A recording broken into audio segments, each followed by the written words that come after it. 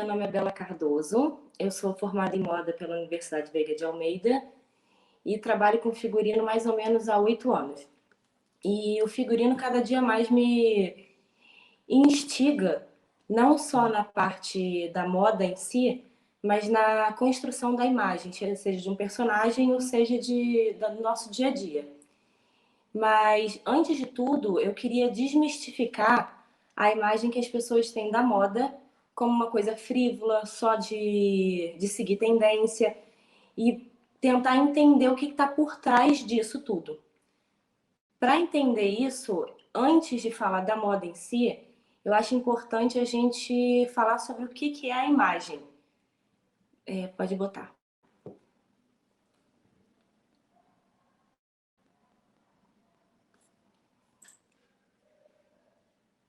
Bom, vamos lá. O que é a imagem? Se a gente fizer uma pesquisa rápida no dicionário, vai aparecer substantivo feminino, representação de pessoa ou alguma coisa pela pintura, escultura ou desenho. Reprodução visual de um objeto pelo espelho, que é um instrumento óptico, ou representação mental do conceito, ideia ou algo que está no âmbito abstrato. E é nessa parte da psicologia que mais me encanta a imagem, porque a imagem ela é o primeiro símbolo que a gente vê. É um dos nossos sentidos, né? O sentido da visão.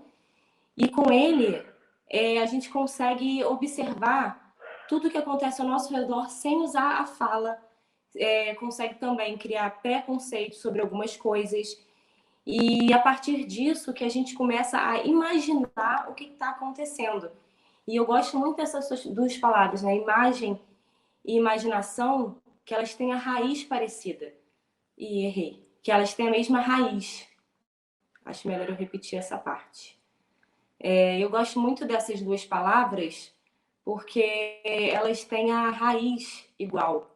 E elas estão completamente interligadas. Uma área que eu gosto muito de estudar, que é a semiótica. A semiótica é o estudo dos símbolos e signos que como parte de comunicação não verbal. Se a gente pensar, tudo que a gente vê, o que a gente escreve, é uma imagem. Até a forma da gente escrever também é você olhar alguma coisa e conseguir definir aquilo como uma língua. Também é uma forma de imagem. A imagem é uma forma de se comunicar, ser e ser significado também. É a partir dela que a gente mostra ao externo como a gente é e o que a gente quer dizer para esse externo. Tem uma frase que eu gosto muito de um livro chamado Como Pensam as Imagens, que diz: sem chegar a ser um sujeito, a imagem é muito mais do que um objeto. Ela é o lugar do processo vivo. Ela participa do sistema e do pensamento. A imagem é pensante. A gente não consegue falar sobre a imagem sem ter um significado atrás. Tudo que quer dizer imagem, automaticamente dentro da nossa cabeça, ela remete a algum lugar, a alguma questão. E isso faz com que ela seja uma parte muito importante da comunicação. Então, o que é essa imagem? A imagem é a forma não verbal que mexe como a gente enxerga o mundo, tanto no inconsciente individual quanto no inconsciente coletivo. A gente às vezes acha que alguma imagem significa alguma coisa só pra gente e de repente a gente percebe que muitas pessoas vão linkando aquela mesma imagem ou aquela mesma coisa. Ou às vezes completamente ao contrário.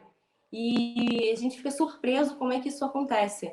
Vou dar um exemplo, né, muito corriqueiro, que é a utilização da vestimenta preta para velórios ou alguma cerimônia fúnebre, que automaticamente, quando a gente vê na rua muita gente de preto, ou a gente vai dizer que estão indo para um velório, ou que são uma tribo urbana, por exemplo, os góticos. Ao mesmo tempo, em outras culturas, o branco faz muito mais esse papel. Então, a imagem também tem que ser identificada como um símbolo social. Em cada lugar que ela tiver, ela vai ter um significado que pode ser para todo mundo ou para uma pessoa só.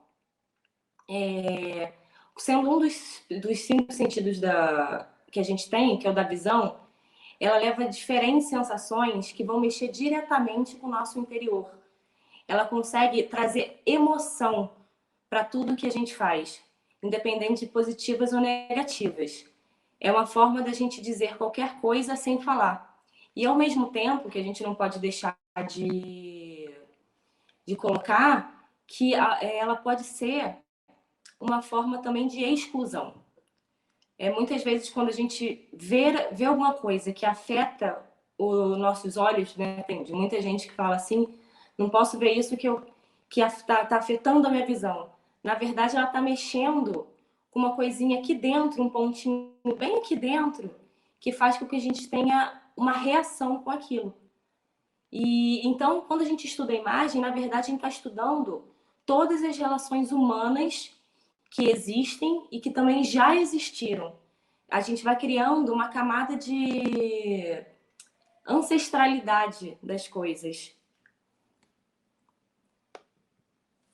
E a forma que você enxerga o mundo diante disso tudo é através da imagem.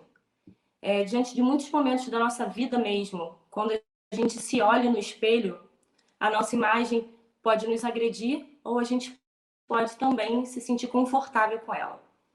No mundo de hoje, onde tudo é imagem, muita gente está ligada ao Instagram, TikTok, Facebook, aulas online. A nossa imagem está sempre afetando a nossa autoimagem, como a gente se enxerga. E, ao mesmo tempo, isso acaba que consegue mudar até o que a gente mesmo sente, sem que a gente sinta de verdade. Porque a gente está tendo sempre interferências externas, que é nesse inconsciente coletivo. E muitas vezes a gente coloca isso para fora através de imagens de diversas formas. Por exemplo, aquele dia que você está mais triste, está mais abalado, acaba que a sua forma visual, a sua vestimenta, o seu olhar, a forma que você lida com o cabelo, ou que você bota as coisas dentro de uma bolsa, fica um pouco mais bagunçado, um pouco mais descuidado, porque você não tem força para cuidar da sua imagem. Automaticamente alguém, quando te ver, vai falar isso. Nossa, você não está bem hoje, aconteceu alguma coisa? Ela está enxergando essa pessoa que está te vendo, alguma coisa está acontecendo no seu externo, no seu interno. E, ao mesmo tempo, quando a gente também está muito bem ou quer se preparar para alguma coisa, né? Até vou brincar que hoje também tentei cuidar um pouquinho da minha imagem, botei a maquiagem, botei um acessório, alguma coisa, é para mostrar credibilidade, para mostrar que você pertence a algum lugar. É muito comum de adolescentes, inclusive, usarem a imagem para tentar se encaixar no mundo. Acho que todo mundo teve aquela fase de ou virar hippie, ou virar roqueiro, ou virar skatista, por interferência de alguma celebridade, alguém que você admirava muito, você quer ficar parecido com essa pessoa, isso é muito comum na adolescência. Eu, inclusive, tentava ser gótica quando eu era jovem, ainda fico até hoje, só uso roupa preta, fico até brincando com a minha autoimagem de que eu sou gótica suave. E isso tudo é uma forma da gente tentar se encaixar, tentar se achar ali no ambiente que a gente vive. E a imagem, ela não fala só da vestimenta. Você frequenta, o lugar que você vai se sentir bem, a arquitetura, os móveis. A imagem, ela lida com tudo que está ao nosso redor. E às vezes a gente não consegue parar todo dia e reparar que, por exemplo, quando você está num ambiente onde alguma coisa te afeta imageticamente, a gente fica perturbado por dentro, de forma positiva ou de forma negativa. Se a gente vai numa exposição, um passeio que a gente gosta muito, que você vê uma paisagem incrível, aquilo mexe com você, que você lembra para o resto da vida. E aí a gente tira fotos, tenta registrar aquele momento para lembrar sempre. Isso é imagem. E em outros momentos, a imagem também é muito explorada pela publicidade, que faz com que você necessite daquele produto, que você queira consumir aquilo, você precisa desesperadamente daquela embalagem linda que você viu, daquele vidro de perfume que tem um design maravilhoso. A imagem, ela mexe diretamente no nosso psicológico. Com isso, se a gente tem que saber administrar isso de uma forma que a gente também não se perca. porque a imagem também engana, né? A imagem é uma forma de trazer tanto a realidade quanto toda essa parte lúdica que vive dentro da gente.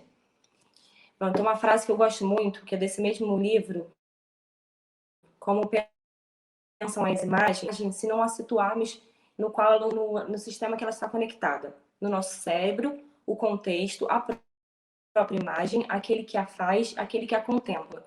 Num tempo e num espaço histórico e ahistórico. Por quê?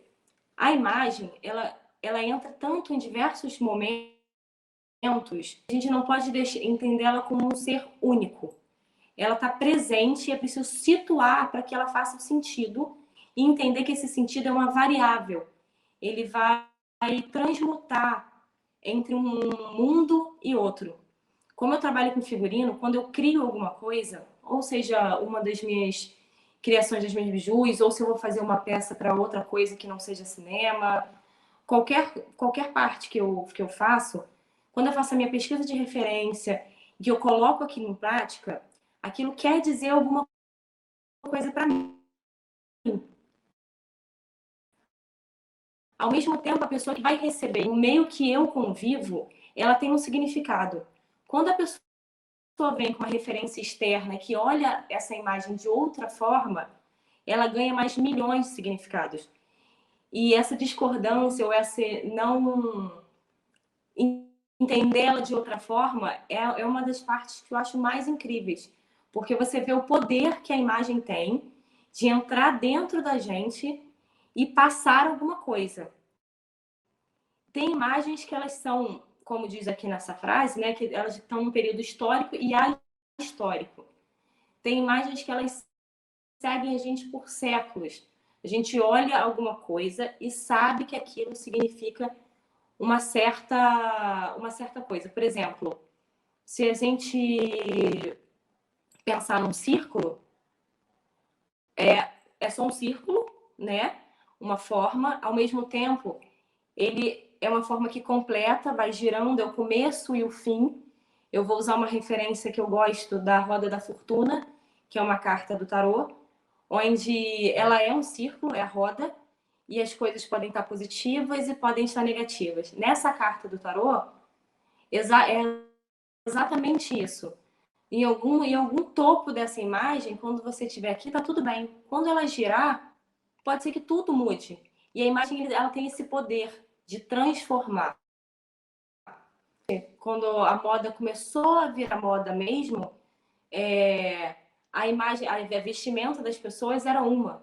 Com o passar do século, elas continuaram, só que mantendo os mesmos significados dentro daquela imagem. Coisas que eram importantes para a sociedade na época que foram transmutando até chegar onde a gente está agora. Pode mudar.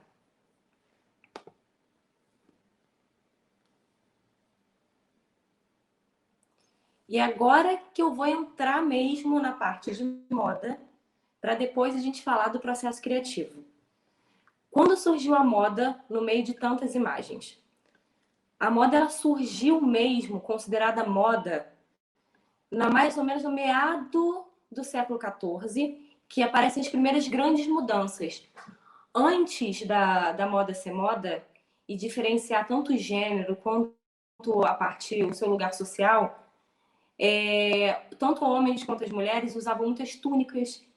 Tem a parte grega que a gente lembra muito, que é uma imagem muito forte daquelas túnicas gregas que só eram feitas com amarrações. Homens e mulheres usavam igual, não tinha tanta diferença de gênero nesse ponto. Aí, com a necessidade dessa diferenciação, de se encaixar em lugares, de renovar essa sociedade, a moda ela começou a diferenciar os gêneros nesse primeiro período.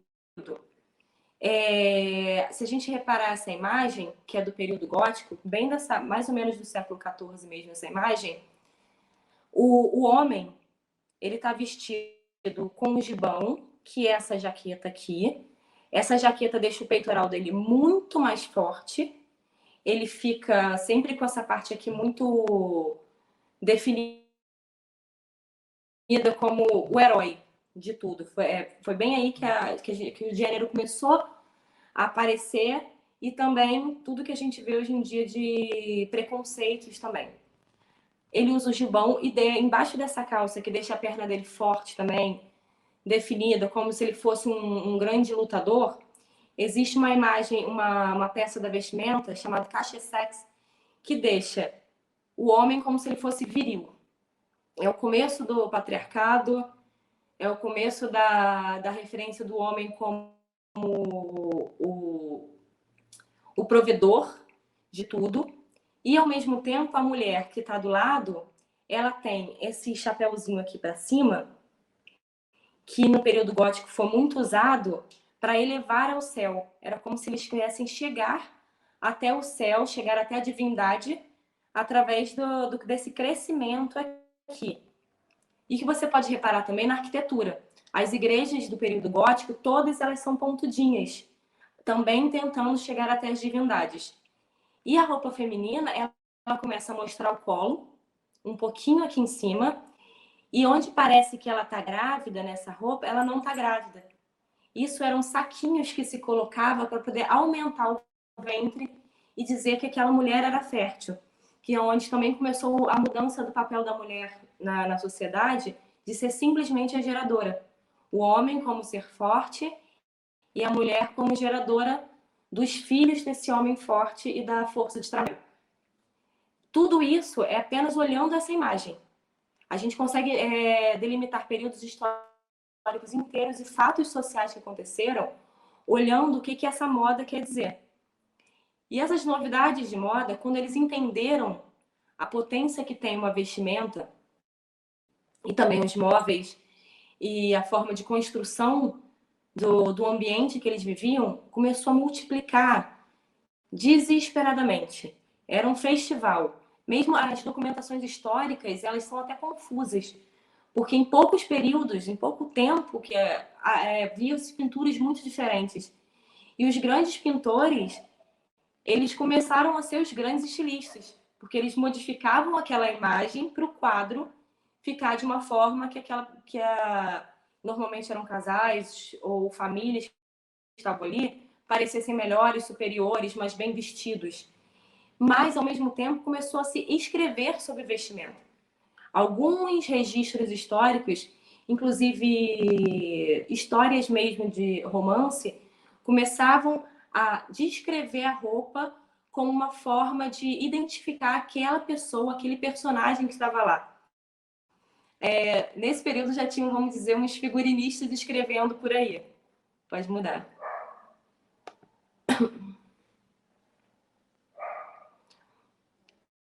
Mas quem consumia moda? Essa parte, eu acho importante dizer que, primeiro, estou falando de umas partes históricas até chegar ao momento atual e mostrar que, a partir desse momento, a gente já tem símbolos, signos, imagens que remetem às coisas que a gente está tentando mudar até hoje. Que é a imagem do ser diante da sociedade. E por que essa imagem ela é tão cruel em diversos momentos? A moda ela começou mesmo pela realeza.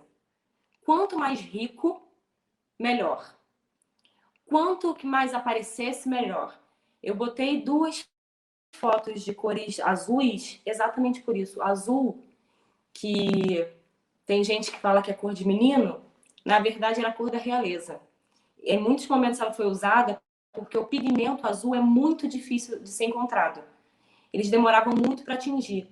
Então, como era uma coisa muito difícil, muito custosa, só a realeza podia usar. Ao mesmo tempo, eu coloquei de propósito essa imagem aqui do homem para mostrar o quanto o homem também, na verdade, ditava até mais a moda do que a mulher nesse período. Quantos mais os reis fossem cheios de pompa e de ouro, inclusive, de tecidos mais caros, de mais difíceis de se fazerem, mais ele mostrava o seu poder. Ao mesmo tempo que ele conseguia, com isso, diminuir as pessoas da nobreza até o povo ao seu redor. Isso que também acontece hoje em dia, inclusive com essas blogueiras e pessoas muito influentes de moda no Instagram, que você olha e você acha que você nunca vai alcançar aquele patamar, que eu nunca vou ter essas coisas que ela tem. E, na verdade, isso é uma forma de repressão pela imagem. Inclusive, lembrando bem aqui, as leis suntuárias, elas existiam para determinar o que cada pessoa podia usar. Certo tecido, ele só podia ser usado pela realeza. Se alguém da nobreza usasse, ia levar uma multa. O povo, então, nem se fala. Aí já era, não tinha nem acesso a isso. E essas leis suntuárias, elas seguiram por muito tempo. Napoleão também usou muito. A mulher de Napoleão, ela foi muito influente na moda e gastava muito também, muita parte da fortuna de Napoleão foi gasta pela mulher dele para parecer cada vez mais forte, cada vez mais potente.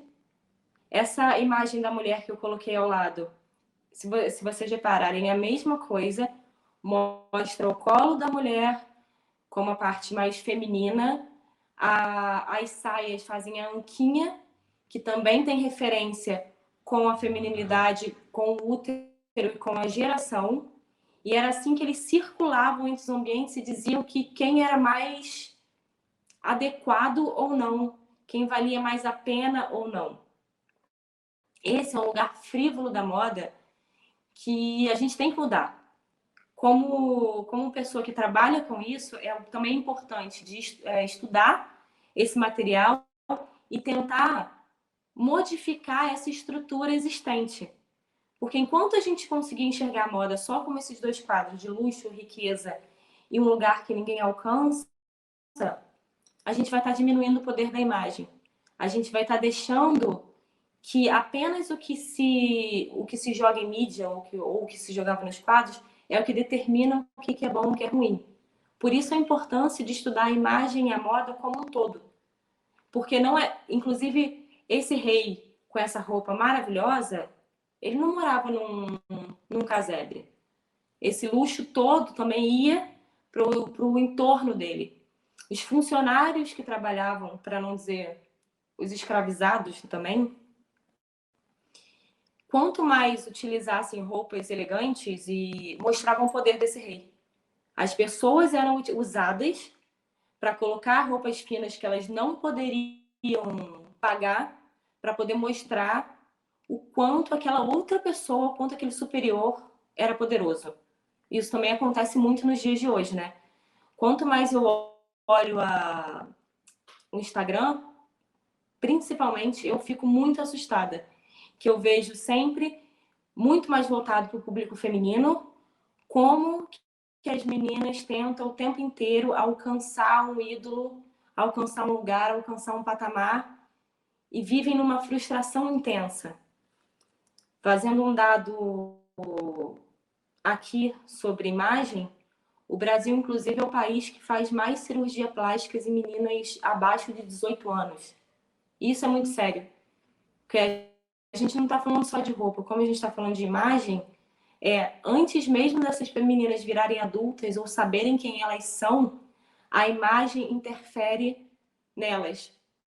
Ou seja, elas se olham no espelho, estão começando um mundo, estão começando a se enxergar, a entender seus amores, entender os lugares que elas querem frequentar, a ler mais livros ou a buscar mais informações, mas quando se olham no espelho, elas não gostam do que vem. Isso é um reflexo desde a Idade Média, onde a imagem vem controlando de forma negativa, enquanto tem muitas formas positivas também de se apresentar. Quando você se enxerga como pessoa e você se gosta, não significa não ter defeito nenhum, mas quando você olha e você se entende como pessoa, e que você coloca uma roupa e você se sente bem, independente da forma que você está, você perde a chance de ser dominado por outra pessoa. Pode mudar.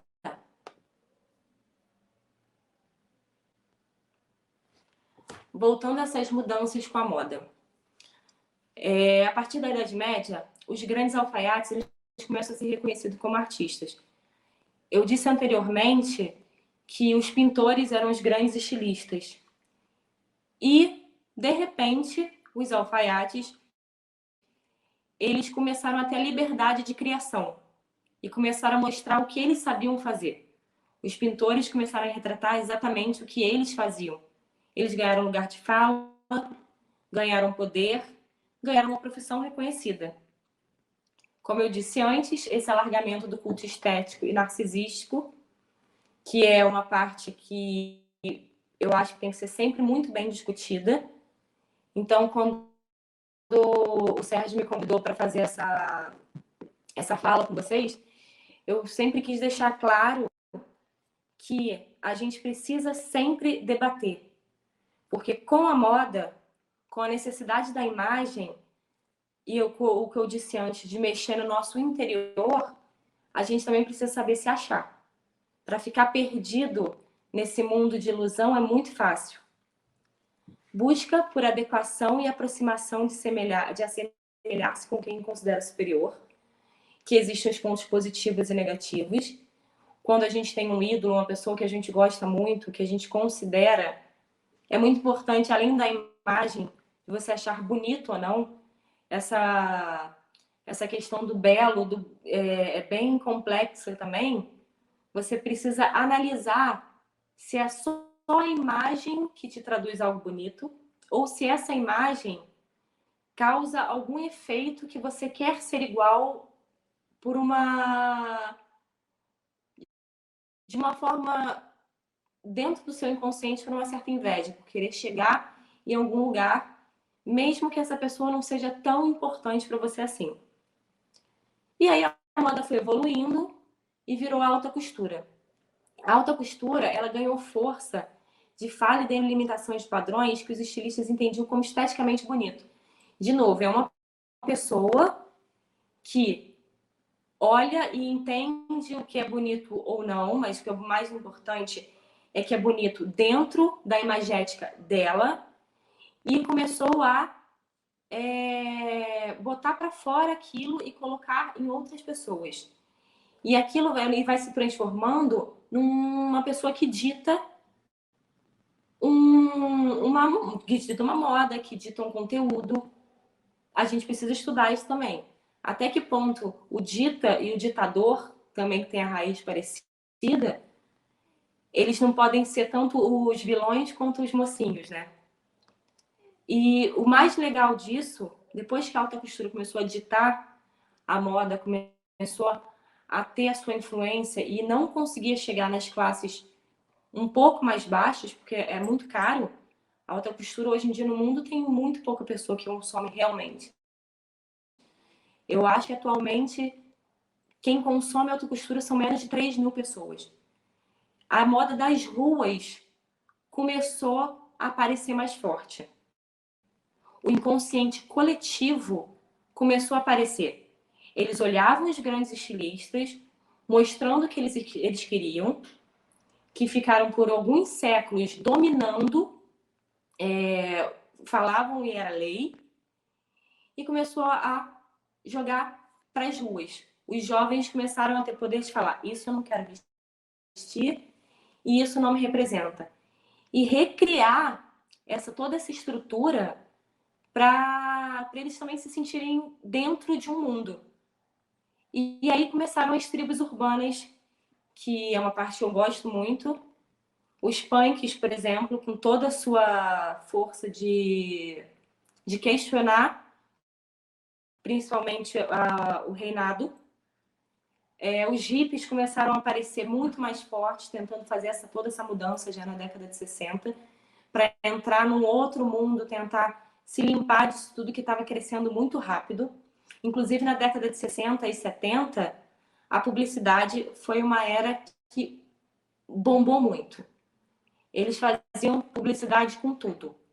Desde o Império, isso foi de outro livro que eu li, a publicidade ela já estava ganhando muita força.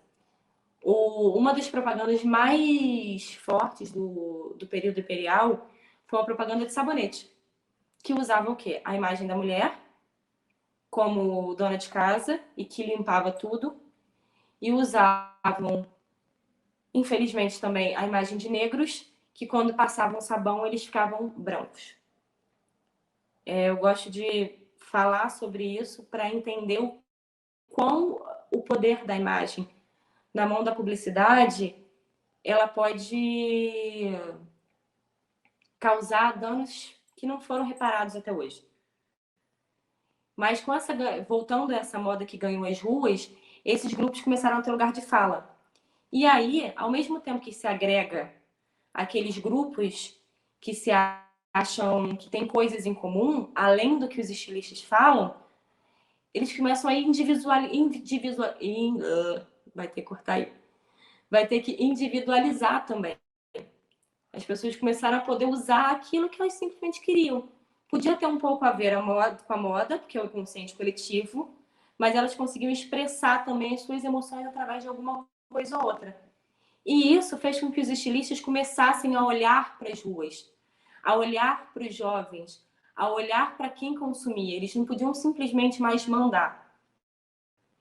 Isso até tem uma profissão, hoje em dia, que são os school hunters, que eles viajam o mundo em busca de tendência, de imagens, de museus, das ruas, de roupas, de tudo que está acontecendo. Existe uma pessoa que é paga para que tenha sensibilidade, que tenha um timing certo e falar, olha, isso vai para frente. Então as ruas começaram a ditar para os grandes ditadores da moda que eles precisavam olhar para elas. É o começo de um novo período de olhar a imagem não só pelos olhos de alguém, mas que as pessoas também pudessem mostrar o que elas queriam dizer. Eu vou voltar um pouquinho para relembrar que a moda não fala só através da vestimenta. O valor agregado da moda está ligado a questões sociais, que eu gosto de frisar bastante, e englobam toda a imagem e costumes de um local. É muito comum, por exemplo, quando viaja-se para culturas diferentes, que você queira experimentar tanto a moda local. Quando eu era jovenzinha, todo mundo voltava da Bahia com um tererê no cabelo. Ou a gente vê foto de pessoas usando a burca para poder se sentir pertencente àquele local, para entender aquela cultura. O que mais que eu lembro agora?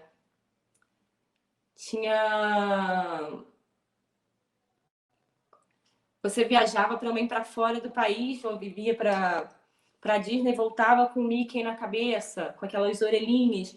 Tudo isso é a imagem falando o costume daquele local, o que ele representa.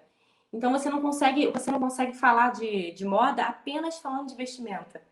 É mais fácil de falar só da vestimenta porque você está individualizando. Só que ela está presente em tudo. Grandes marcas associam seu nome aos diversos produtos. Um das grandes sacadas das marcas de roupa, principalmente de alta costura, foi fazer perfumes, relógios. Então, quando você olhava aquele perfume Chanel número 5, por exemplo, você sentia o cheiro da Chanel. Automaticamente você lembrava das roupas da Chanel. A Cartier fazendo milhões de relógios e muitas outras marcas foram investindo em tudo que englobava a moda. O consumidor, ele tinha os 5 sentidos todos trabalhados com uma marca específica. Tudo que você lembrava da marca estava ali. Ou era um café daquilo, porque tem muita marca também que já lançou cafés ou sobremesas ou chocolates com a marca. Aí você sentia o cheiro, você via a roupa, você sentia o tecido, você lembrava daquilo, como os terninhos da Chanel, que hoje em dia até o pessoal brinca, né? Mas aquelas capas de sofá que você sente a trama do tecido da Chanel. E daí por diante, eles foram ganhando grandes círculos, inclusive com peças de design e arquitetura. Muitas marcas hoje em dia têm a linha Home, que é exatamente mais uma forma de você linkar toda essa imagem. Aqui eu botei até a referência que eu falei anteriormente das igrejas góticas, todas pontudinhas, todas as janelas elas são pontudas, e o chapéu dessa mocinha aí ao lado parece esse chapéu de fadinha, inclusive o chapéu da fadinha da Bela Adormecida, que que é medieval, as fadinhas usavam um chapeuzinho para cima.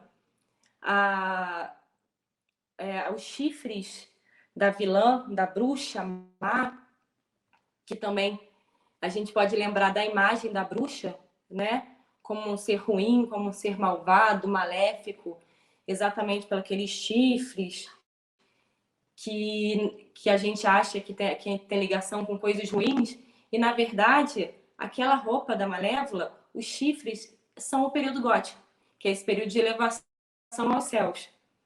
E aquela roupa preta que arrasta, que dá um tom dramático, tudo isso ele vai interferindo e vai entrando no desenho animado, na forma que a gente enxerga, na forma que a gente vê a bruxa e lembra da parte ruim, a Bela Adormecida com aquele vestido que era todo rosa, com uma roda grande, que lembra bem aquela princesa pura, simples, que está esperando o príncipe.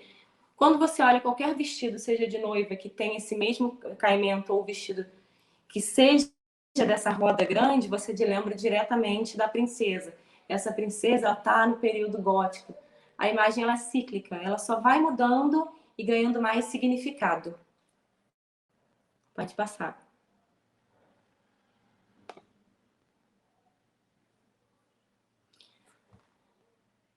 Quais as mudanças que a gente teve e onde eu quero chegar para falar de criação? Quando eu falo de imagem, eu falo automaticamente de criação. Alguém resgatou tudo que estava dentro da cabecinha e colocou para fora em uma forma de imagem, seja quadro, roupa, design, comida. E entender que a criação ela não pertence a gente. A criação ela é cíclica, vem desse inconsciente, vem de tudo que a gente enxerga e pode acontecer parecido em diversos lugares. Muitas vezes até já aconteceu comigo por trabalhar com criação, de imaginar uma coisa incrível, eu queria fazer isso, isso, isso. Passa 2 semanas e eu vejo que alguém fez a mesma coisa. Será que aquela pessoa leu o meu pensamento? Ou será que é um pensamento que está recorrente em muitos lugares pela questão que a gente está vivendo e que leva aquilo? É muito importante a gente lidar que a criação ela é livre e ela chega em qualquer pessoa que tenha acesso àquilo. De formas diferentes. Não estou falando de acesso de uma forma elitista, não, mas que olhe para alguma coisa e lembre e queira criar em volta daquilo. A gente não pode ser egoísta com a criação. E olhar essa criação, hoje, o que mais me preocupa é olhar a criação não como uma forma midiática, ou como necessidades frívolas, que é só vender e acabou. Não. A imagem é um processo intuitivo que requer mudanças nossas constantes. Dizem que tem pessoas que têm o dom da criação. Não, mas eu não sou criativo. Todos nós somos criativos. Mas depende para o veio que a gente vai. Alguns são para a imagem, outros para engenharia, que conseguem delimitar problemas que eu ia passar longe, não entender nada. E todo esse processo, a gente está em mudança constante. Hoje a gente vai entender uma forma de criação. Amanhã, depois da nossa evolução, do que aconteceu com a gente mesmo, aquela criação pode não fazer mais sentido. E quanto mais a gente acha que a criação é fixa e não fica aberto para o novo, mais difícil vai ser da gente se encaixar e crescer mesmo. A gente precisa deixar livre. Não estou falando que ninguém tem que copiar ninguém e fazer tudo igual e não entender dentro de si, mas é exatamente isso. É você se sentir livre o suficiente para botar para fora o que você está sentindo, colocar para fora toda essa criação, entendendo que essa criação, quando você colocou para fora, ela vai ser inspiração para outras pessoas, ou ela foi feita a partir da inspiração de alguém. E é isso que faz a roda girar, é isso que faz o mundo crescer, e é isso que faz uma coisa completar a outra. Voltando a dar poder ao Criador, lembrar que te deixar, através da criação a fala ser mais livre. Por exemplo, com toda essa história que eu já expliquei, de um criador dominando ou dando muito, determinando alguma coisa, quanto mais a gente deixa a criação livre para interferência do outro, para receber alguma coisa de fora, mais ela cresce e mais esse poder diminui. A gente consegue ter muito mais informação se o poder não tiver retido. Ao mesmo tempo, onde a gente quer chegar com a criação, o que eu analiso hoje em dia, o que eu vejo, que a gente precisa pensar na criação muito sim como consumo, que é o que está acontecendo, mas um consumo consciente e um consumo humano. Voltando à época imperial, a maioria das costureiras, não estou falando do alfaiate ou do estilista, mas as costureiras já morriam dentro de ateliês. Tem casos documentados que uma costureira morreu depois de trabalhar 48 horas seguidas para construir o vestido da nobreza que queria para a festa depois de daqui a 2 dias. Então, quando a gente fala de criação e ao mesmo tempo de consumo, a gente tem que pensar, saber de onde vem aquilo que a gente está consumindo. Esse, para mim, vai ser o grande diferencial daqui para frente. Porque a gente chegou num lugar que não dá mais para continuar. As pessoas continuam sendo escravizadas por marcas e lojas.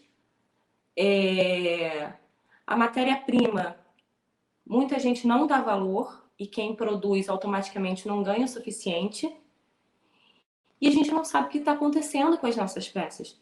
Se você abre uma mídia hoje, é tanta informação que bombardeia a sua tela e que você deseja aquilo tudo e você não sabe onde aquilo começou. A gente não pode ser o consumidor que apenas recebe aquilo. Para a gente ser tratado como consumidor, eu falo do consumidor de uma forma geral, o consumidor de arte, não só o consumidor que paga, mas aquele que está recebendo aquele material, a gente não pode ser só o receptor daquilo. A gente tem que questionar de onde essa referência vem, de onde essa peça vem, se as costureiras que fizeram estão sendo pagas honestamente, se o material não vai poluir esse mesmo ambiente que a gente produz. Só assim a gente ganha força para mudar todo esse círculo que já se formou. Não adianta a gente fingir que esse círculo não está formado, que a gente consegue mudar no estalar de dedo com uma magiquinha da fadinha da Bela Adormecida. Isso é uma indústria. Isso move muito dinheiro. Então, é um apelo que eu faço para todo mundo olhar para tudo que consome e pensar de onde aquilo vem. Não é só o resultado final que importa, se a gente gostou de ter aquele objeto em casa, se a gente gostou de comer aquela comida, se aquele design é bacana, então eu vou comprar aquele móvel para minha casa, se aquilo não tem valor. A criação, ela não vale se ela não tem o valor apenas, se ela tem o valor só de valor monetário. Ela tem que ter algo atrás que mostre para que ela veio. E é por isso que eu comecei aqui falando sobre imagem, para a gente entender onde essa imagem afeta, por que a gente consome, por que a gente cria e o que a gente vai criar a partir do momento que a gente entende que a imagem não é só um produto final. Pode mudar.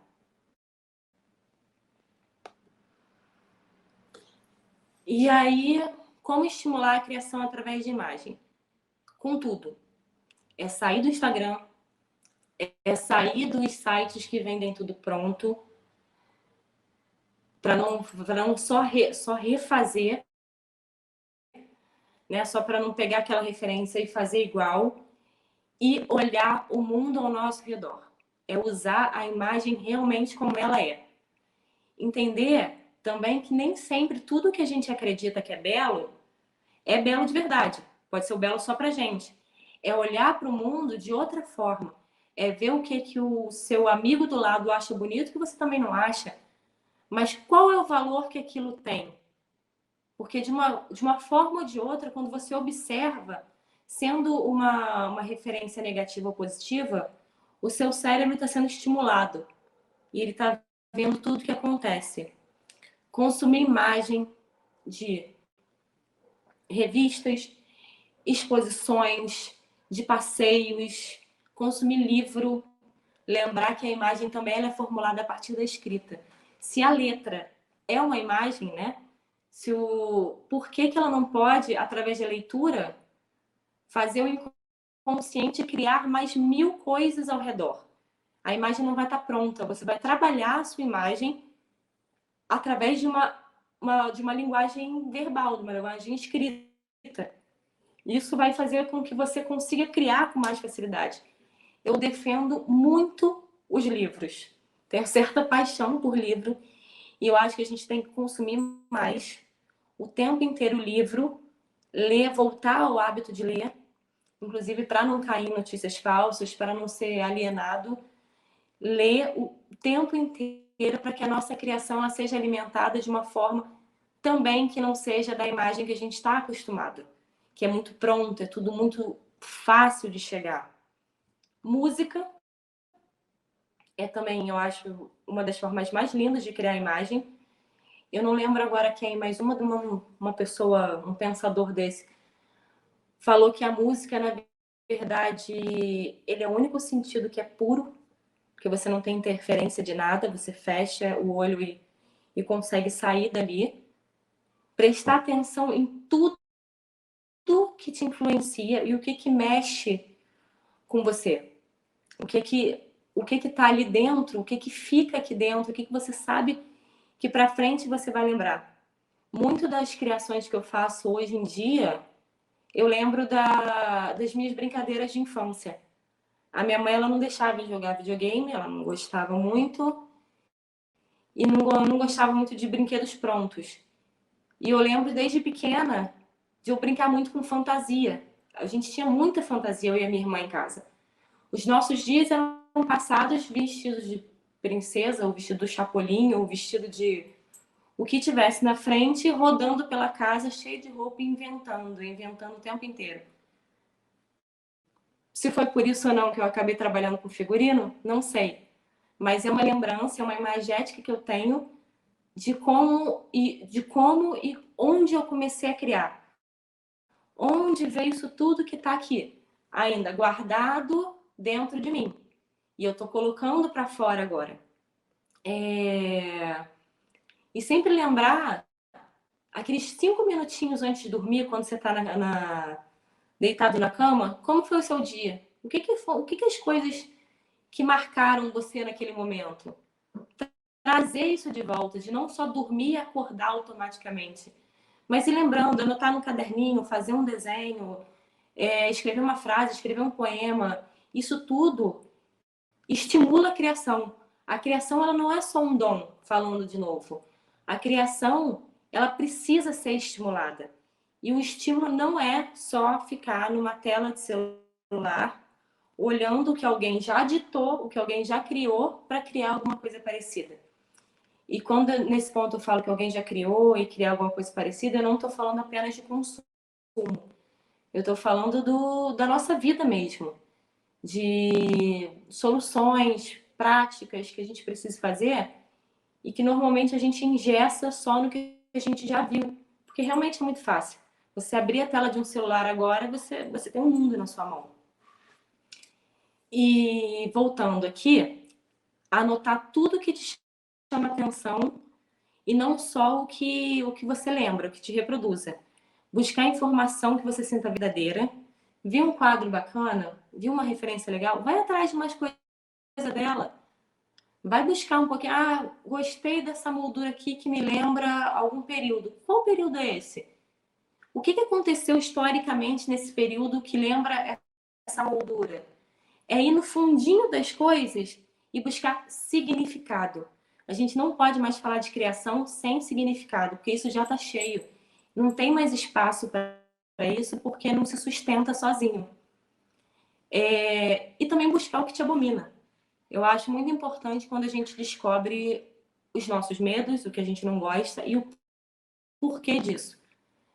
Lembro de alguns filmes que eu trabalhei, por exemplo, onde a gente falava de um certo tipo de cultura popular, de um certo estilo de música que as pessoas não gostavam, que não era considerado chique ou erudito o suficiente, e a imagem do personagem e das pessoas eram confundidas a partir disso. Porque quem estava produzindo aquela imagem, um diretor de arte, uma figurinista, modificava a estrutura do que seria real para o que ele acha que é bonito. E aí você perde o conteúdo. Você transforma isso de uma forma que perde o sentido. Você não vai lá no fundinho e descobre por que aquilo nasceu, por que aquilo é daquela forma.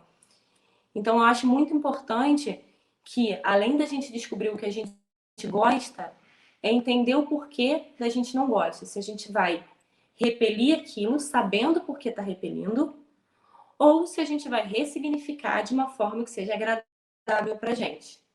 Pode mudar.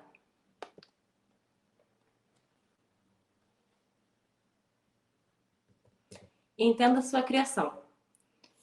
Isso é um resumo de algumas coisas que eu já falei, para ficar bem marcado. A criação não é apenas um dom, é incentivo, dedicação, pesquisa, desenvolvimento e varia como estamos. Vou falar de moda em si, da indumentária, porque é onde eu lido mais, mas dentro de uma fábrica ou dentro de uma equipe de figurino, são diversos profissionais e todos merecem o seu reconhecimento, mas para fazer com que aquela criação dê certo. Então é dedicação, sim, é estudo, sim, muito. Nesse ponto que eu quero desmistificar essa palavra moda como uma coisa frívola, como só ligado ao fast fashion ou coisas passageiras, porque para você trabalhar com moda, com criação, você precisa estar antenado a tudo que acontece. A moda, ela varia com a economia, ela varia com a política, que a gente está vendo, né?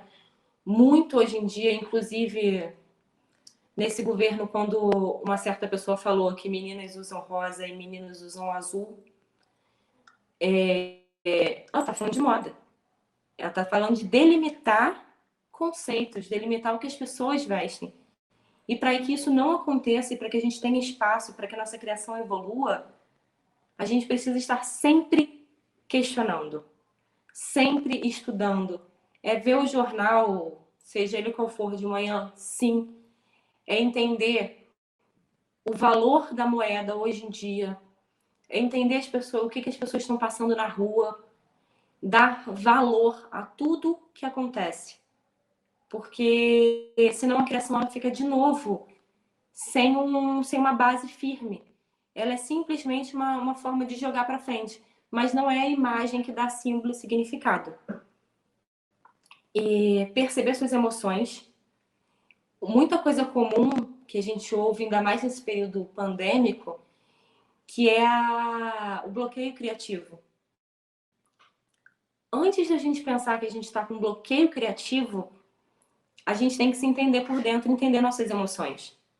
O bloqueio, às vezes, ele é necessário, sim. Às vezes, o seu corpo precisa parar, a sua cabeça precisa parar, para que as coisas mudem, para que tudo fique funcionando, não no mesmo lugar. A gente entender o bloqueio é importante para a gente entender que tem alguma coisa errada, alguma coisa que você não quer mais seguir, e a partir daquele momento, você tem que dar um jeitinho aqui e testando novas oportunidades, novas opções para isso mudar. Quando a gente entende as nossas emoções, a gente também está entendendo a imagem, entendendo o que a gente quer passar daquela imagem. E aí vai continuando nesse bloqueio, ver que a imagem, ela não tem que ser uma criação em período integral, em velocidade midiática. Você não tem que criar 20 peças por dia, você não tem que bordar 30 vestidos por dia ou fazer 40 quadrinhos. é isso, essa velocidade industrial que se exige do criador, que é um serzinho, é uma pessoa, é uma forma de massacre. É uma forma de você bloquear, aí passar para cima de novo, ao que eu falei do bloqueio criativo, que é você bloquear. Você está fazendo aquilo sem pensar, numa forma constante, chega uma hora que não faz mais sentido. O tempo inteiro a gente tem que se respeitar, entender o que está acontecendo com a gente. Porque aí tudo isso que você já aprendeu no acima, que é pesquisar, guardar informação, ter mais conteúdo, não adianta ter isso tudo se internamente a gente está confuso. Ou então que tem que produzir numa velocidade que você mesmo não consegue pensar. Sempre eu gosto de ligar a criação com a emoção. Aí eu vou fazer um adendo de um livro que eu li recentemente, que eu tô lendo, que as pessoas têm medo de falar a palavra emoção, ainda mais quando fala de criação. Ainda mais o público masculino, que eu espero que tenham rapazes para me ouvir também, mas porque toda parte que lida pro emocional na nossa sociedade, eles lidam com uma parte frágil ou que não tem valor científico, não tem valor acadêmico. E a emoção tem o seu valor, sim. É ela que move o mundo e que faz essas pinças da sociedade, né? Onde é que você quer chegar ao lugar que alguém quer chegar, por quem. Se você passou por cima de alguém, tudo isso lida com a emoção. Então, quando bota emoção e criação juntos, a emoção não é apenas uma coisa feminina. A emoção é a forma de você trazer, é um dos caminhos de você colocar essa imagem para fora. E nesse livro que eu li agora, ele fala exatamente disso, que a emoção é ligada à mulher e é uma coisa que é descartável. Só que sem emoção, o seu processo criativo também perde a sua base. E uma coisa que eu gosto muito de fazer para entender, para ver o processo criativo que eu faço, é achar formas de anotar e não perder aquelas informações. Sejam listas, às vezes eu anoto, eu tenho um monte de caderninho espalhado pela minha casa. Aí eu faço uma lista de tudo que eu gostei, ou de filmes que eu quero ver. Ao mesmo tempo, eu faço umas colagens em casa com imagens de coisas que eu gostei, capa de livro, capa de CD, coisas que eu vi, eu vou recortando e eu vou montando um painel com as referências que eu tenho de alguma coisa que me cativou. Áudios, fotos, qualquer forma que você documente aquilo que te deixa, que atraiu a sua atenção. Porque a partir dali, daquelas informações que você vai lendo, ou que você vai vendo, a sua cabeça vai expandindo e você vai conseguindo fazer links e deixando a sua criação mais limpa e ao mesmo tempo que realmente traduz o que você está sentindo. Faz um resumo, o que você criou é um resumo de tudo que você viu. E esse resumo ele vai se expandindo, ele vai virando mil coisas. Vira um poema, vira uma roupa, vira um objeto, vira uma comida, quem sabe? Às vezes você vai num restaurante que você gosta, come alguma coisa ou gosta de um país e você reproduz aquele alimento aqui para você. Isso tudo você está criando. A criação, ela move, ela muda e ela começa dessa baguncinha que a gente faz de anotação, né? Como sempre é dito que tudo começa a mudar ou a ser criado a partir do caos, é esse caos que a gente se encontra de informações, de conhecimento, que surge alguma coisa nova. Pode passar.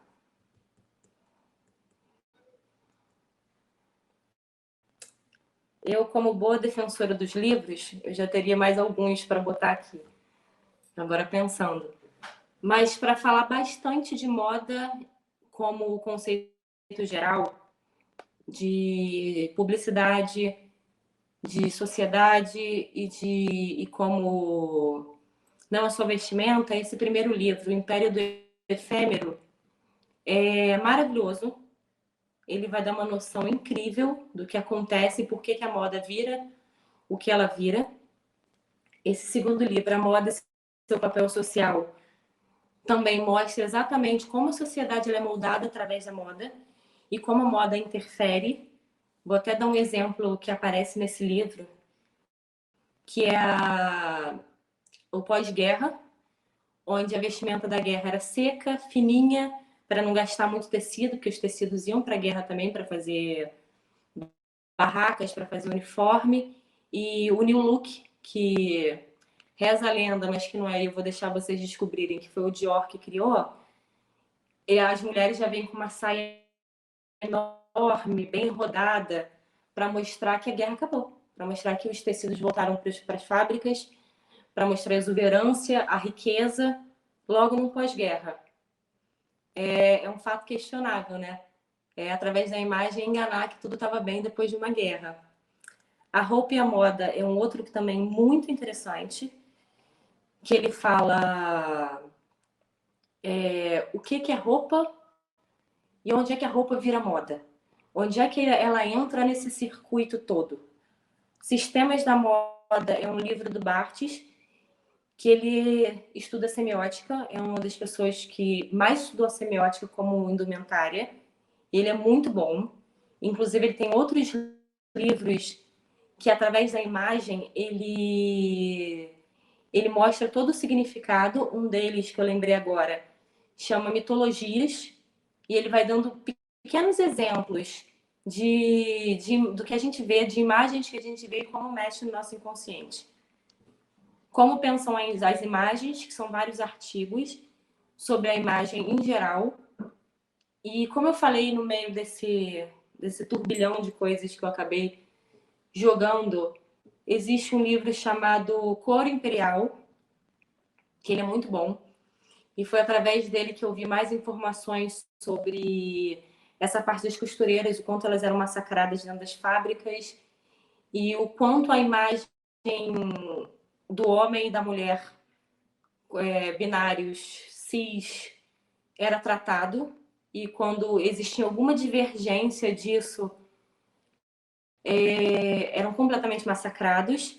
Inclusive, nesse livro, ele conta a história de um homem que ele tinha uma fissura em fotografar mulheres que trabalhavam em minas ou profissões que eram consideradas masculinas. Na verdade, que era só essas mulheres nunca foram favorecidas com essa pesquisa dele, mas era um certo fetiche, né? Porque o fetiche não é só o fetiche sexual, mas que era o fetiche das descobertas dele. E mais milhões de livros que eu podia indicar, e por isso que eu sou tão defensora, que através desses que eu coloquei, mais 1000 que eu tô lendo ao mesmo tempo, a minha criação ela vai sendo fomentada. Eu vou querendo produzir mais conteúdo, colocar isso para fora. Então, cada livro que eu leio é post-it para todo lado, para mostrar onde é que eu achei uma coisa aqui, onde é que eu posso puxar isso dali. Aí é quando eu olho alguma coisa que me lembra aquilo que eu li no livro, a minha cabeça volta a flutuar, flutuar, flutuar, e aí as coisas vão sendo criadas. Começa a ficar uma coisa muito mais, por mais que seja trabalhada e seja uma dedicação, elas começam a sair naturalmente. Bom, depois disso tudo que eu falei para vocês, o recado que eu queria dar é que vocês entendam que a moda ela está diante dos nossos olhos e faz parte de um contexto social que cabe a nós julgar, cabe a nós delimitar o que é bom ou não pra gente. E entender que isso tudo tem a ver com o nosso interno, não é simplesmente a forma que a gente olha uma camisa na vitrine e acha bonito, acha bacana, não. Ela tem a ver com o que aquela peça faz com a gente se sentir. E às vezes faz a gente se sentir mal também, é claro. Mas a partir disso tudo é saber olhar a moda com olhares muito críticos e entender como é que ela mexe com a gente e como a gente pode mudar. Eu acho que a gente já está num período onde nossa fala está muito maior, Mas mesmo assim, embutido nessa fala, existem 1000 questões que ainda precisam ser debatidas e que a gente tem esse poder, principalmente o poder de criar. A moda ela não está presa na mão de grandes pessoas, como eu disse antes. A moda ela vem das ruas, a criação ela vem das ruas. Se a gente quer criar algo novo, ou quer transformar, quer transmutar isso tudo que está aí, o poder está na gente. Mas para a gente ter esse poder, é necessário que a gente estude, leia, debata, observe, porque esse tempo todo eu falei sobre imagem. Então acho que a principal fonte nossa de análise é, depois do estudo, a observação. Tentar ver como que aquilo mexe com a gente e transformar para uma forma melhor. Obrigada!